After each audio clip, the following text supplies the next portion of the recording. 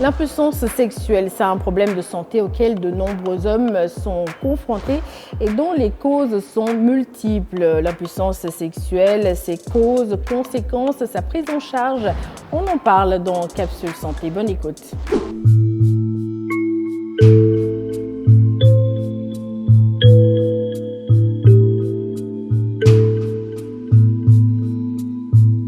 Les troubles de l'érection, ils peuvent survenir à tout âge, mais sont plus fréquents à partir de 50 ans.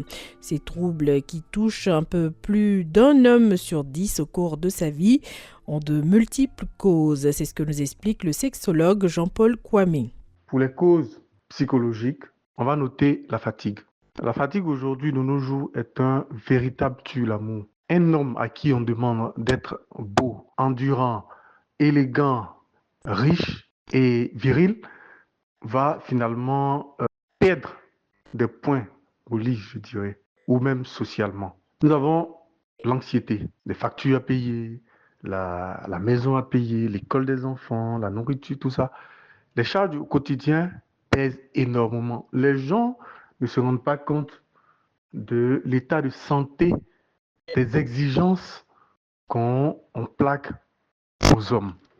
Pour les causes relationnelles, alors une mauvaise relation avec madame qui vous reproche de ne pas être performant au lit, ou même vous reproche de ne pas être assez riche pour lui faire des cadeaux, elle vous reproche de ne pas être assez prompte à avoir une érection aussi rapidement, alors ça va être un problème psychologiquement. Alors tout ce qui va être relation avec les autres, ça peut être même avec un enfant qui a un problème avec l'autorité parentale, alors tout ça peut venir mettre à terre votre capacité à avoir assez rapidement une érection.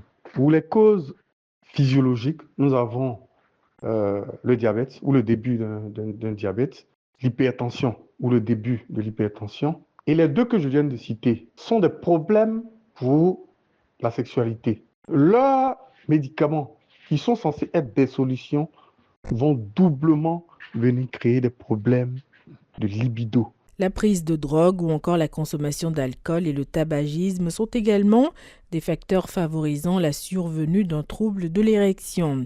Il faut toutefois savoir qu'on parle de problème de l'érection seulement lorsqu'il dure plus de 3 mois et se répète à chaque relation sexuelle.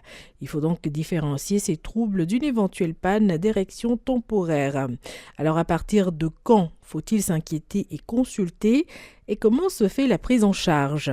Lorsque vous vous adressez à un sexologue clinicien qui comprend le problème, si c'est la cause est psychologique, ça sera par la parole, par des conseils, après vous avoir écouté, qu'il va essayer de vous apporter des solutions.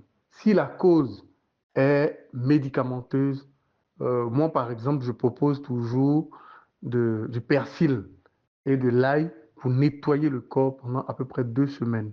Lorsque le sujet a pris des médicaments pendant longtemps, alors il y a des dépôts de produits chimiques qui se sont faits dans les reins, dans le foie.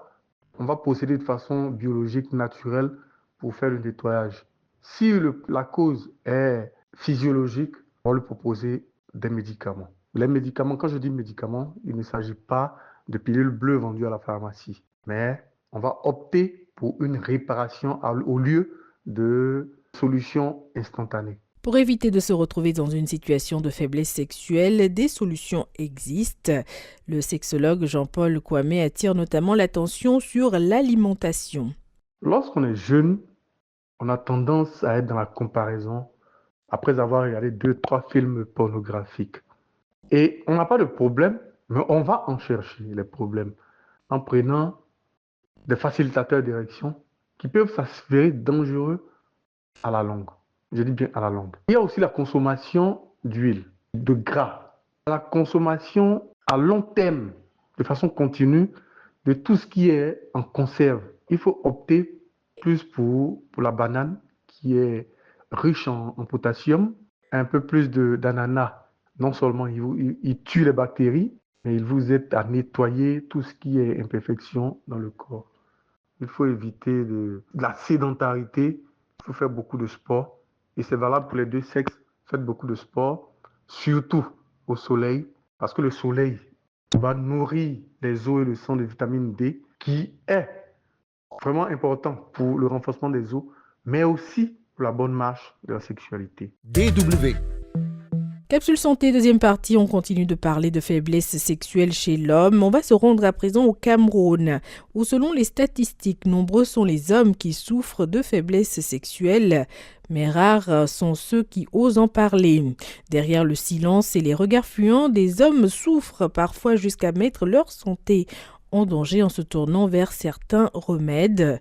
Des remèdes qui ne sont pas toujours sans danger. Le reportage d'Elisabeth Hassen, notre correspondante à Yaoundé. Au Cameroun, la faiblesse sexuelle reste un sujet tabou. Dans l'imaginaire collectif, en parler revient souvent à admettre une perte de virilité, voire de dignité masculine. Au Cameroun, on peut supporter la pauvreté, mais pas qu'on dise qu'il ne marche pas, c'est pire qu'une insulte. Pour admettre une faiblesse sexuelle au Cameroun, vraiment, c'est risqué de perdre son statut d'homme. Georges a 34 ans. Il est chauffeur de camion, marié et père d'un enfant. Depuis quelque temps, sa vie intime est devenue une véritable source d'angoisse. Il raconte comment son impuissance sexuelle a menacé son couple et comment il a tenté plusieurs remèdes, souvent achetés sans ordonnance pour pouvoir être à nouveau actif sexuellement. Entre-temps, je prenais les petits comprimés de gauche à droite, ça ne donnait pas. Jusqu'à ce que ma femme a commencé même à faire des menaces qu'elle veut déjà partir. Chaque dimanche, elle sortait, rentrait un peu tard. Tout ça, c'est là où elle sent qu'elle a fait, tu vas me mêler des sérieux problèmes au foyer. Selon une étude de 2011, plus de 2 hommes sur 10 souffraient de faiblesse sexuelle au Cameroun. En 2025, ce chiffre n'a pas baissé. Pour mieux comprendre les causes, nous avons rencontré le Dr Achille Kebdib, urologue. Il explique ce qu'est la faiblesse sexuelle. La faiblesse sexuelle, c'est cette incapacité de l'homme à maintenir une érection pour pouvoir assouvir le rapport sexuel. Les types de faiblesse sexuelle sont en fonction des facteurs, des risques. Donc, si c'est un trouble psychogène, là, on va parler de trouble sexuel psychogène. Si c'est dû à une infection urinaire ou alors une IST, celle la plus répandue, c'est le chlamydia, c'est une très mauvaise pathologie qui peut aussi entraîner des troubles sexuels. Alors, si c'est dû à un trouble hormonal, ce qui est sûr, on parlera d'un trouble hormonal qui a provoqué cette dysfonction érectile. La sexologue Salma Cuisseux pointe aussi la masturbation excessive comme facteur aggravant. Regardez un peu, pour celui qui se masturbe tout le temps, tient son sexe, il a le savon et à chaque fois il tire le sexe, il tire. Imaginez un peu que vous avez attaché une corde sur un poteau et que tous les matins vous tirez sur cette corde. C'est pareil pour votre verge. Plus vous tirez, plus ça dégrade la chose. Et du coup, quand vous êtes face à une femme, c'est difficile pour vous. Au marché Mokolo à Yaoundé, Michel Lapneux vend des produits destinés à booster la virilité. Il y a la pommade. Ils prennent cette pommade pour rallonger le sexe. Là, le gars s'en rend résistant. Il y a ce produit qui est le stimulateur de la libido. Ce produit stimule la libido, ça donne le goût, l'appétit sexuel. Michel reçoit en moyenne 3 à 4 clients par jour. Le plus souvent, c'est les 35 ans, à partir de 35 ans. Parce que je refoule les jeunes. Les 35 ans, les gens âgés, non? Parce qu'à plus de 35 ans, la faiblesse sexuelle s'installe. Il y a la fatigue, il y a de quoi prendre un remontant. D'autres préfèrent la médecine traditionnelle. Georges, lui, consulte une praticienne. Je lui ai dit que dans un premier temps, je fonctionnais quand même bien. Mais à un certain niveau, c'est tombé comme ça directement. Je ne comprends rien. Elle m'a d'abord donné l'eau pour aller me purger. J'ai pris ça. Elle m'a aussi donné l'eau pour boire. Je n'ai même pas fini le remède.